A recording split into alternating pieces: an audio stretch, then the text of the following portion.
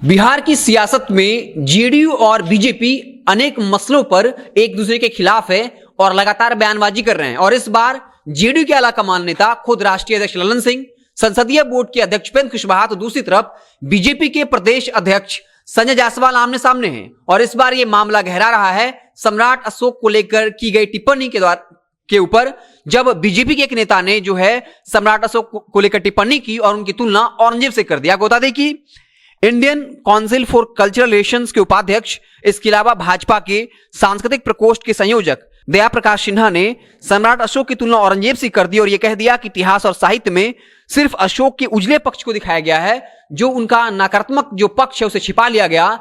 अशोक सम्राट वो एक क्रूर शासक था, जिसके बाद बिहार की सियासत गर्मा गई। Vidya Vihar residential school परोरा Purnia. हमारे भूतपूर्व छात्रों में यूपीएससी 2020 के टॉपर शुभम कुमार, हमारे अन्य भूतपूर्व छात्र विभिन्न क्षेत्रों में सफलता प्राप्त कर रहे हैं। विश्व स्तरीय सेवा के 25 शानदार वर्ष, आपके प्रतिभावान लाडले को उसकी मंजिल तक पहुंचाने को संकल्पित आपके घर जैसा ही एक और घर। सीबीएसई से संबद्ध सह शिक्षण वाला आवासीय विद्यालय, कक्षा 4 से 9 तथा 11 में नामांकन चालू। संपर्क करें 8448448720। वहीं जेडीयू ने कहा कि बीजेपी के नेता ने सम्राट अशोक की बेइज्जती करी है और इसे बिहार बर्दाश्त नहीं करेगा।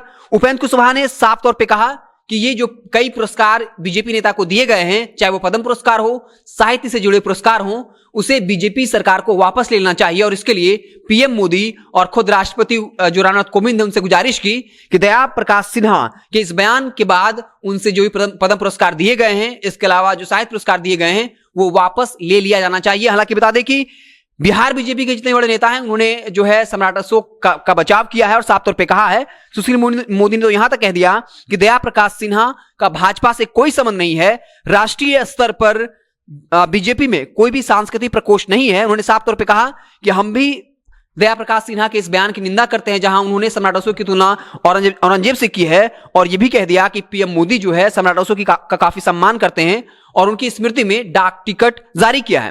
तो दूसरी तरफ उपेंद्र कुशवाहा भी बताते हुए नजर आए कि सीएम नीतीश सम्राट अशोक का कितना सम्मान करते हैं और यह साफ तौर पर कह दिया नीतीश सरकार द्वारा सम्राट अशोक के सम्मान में राजधानी में सम्राट अशोक कन्वेंशन सेंटर बनाया गया, उनकी जयंती पर राजकीय अवकाश घोषित किया जाता है। दूसरी तरफ ललन सिंह ने भी जो है इसको लेकर आलोचना की और साफ तौर पे कहा कि सम्राट अशोक के बारे में अगर कोई ऐसी टिप्पणी करेगा तो उसे बर्दाश्त नहीं किया जा सकता है। लेकिन बीजेपी के प्रदेश अध्यक्ष संजय जायसवाल ने साफ तौर पे कह दिया था कि कुछ लोग नकारात्मक चीजों से भी मेवा निकालने की कोशिश करते हैं, जिसके बाद उपेंद्र कुशवाहा ने पलटवार किया और नाम लेते हुए कहा कि अच्छा लगा संजय जायसवाल ने सम्राट अशोक से तुलना करने के नकारात्मक प्रचार से मेवा प्राप्त करने की बात कही है, मगर क्या ऐसे कुकर्म करने वाले से पुरस्कार वापसी की जहमत बीजेपी के प्रदेश अध्यक्ष उठा पाएंगे? तो साफ तौर पे सम्राट अशोक को लेकर बीजेपी और जेडीयू आमने सामने है। लेकिन इसे इस तरीके से देखा जा रहा है कि उत्तर प्रदेश में आने वाला विधानसभा चुनाव होना है और आपको पता होगा कि पिछले ही दिनों जेडीयू के महासचिव, राष्ट्रीय महासचिव किसी त्यागी ने साफ तौर पे कहा था कि अगर 2 से 3 दिनों के अंदर बीजेपी ये नहीं बताती है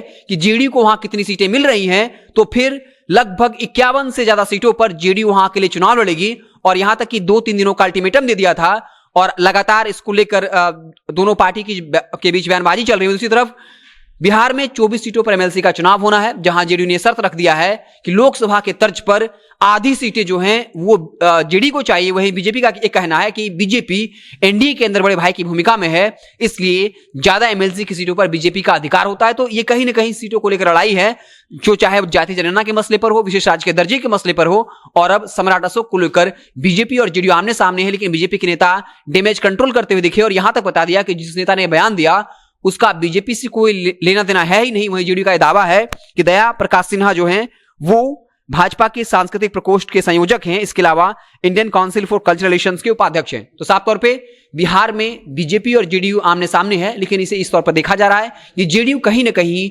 बीजेपी पर दबाव बनाने की कोशिश कर रही है, ताकि उसे उत्तर प्रदेश में ठीक ठाक सीट मिल जाए और वो भाजपा के गठबंधन में चुनाव लड़ना चाहती है। वहीं दूसरी तरफ एमएलसी के चुनाव में भी जो है आधी सीटों पर मांग जो है वो जेडीयू ने कर दी है। तो अब देखने वाली बात होगी कि जेडीयू की मांगों के सामने बीजेपी किस हद तक जो है नतमस्तक होती है। हमारी नजरें बड़ी रहेंगी। आप देखते रहें जनता जंक्शन। बहुत बहुत धन्यवाद।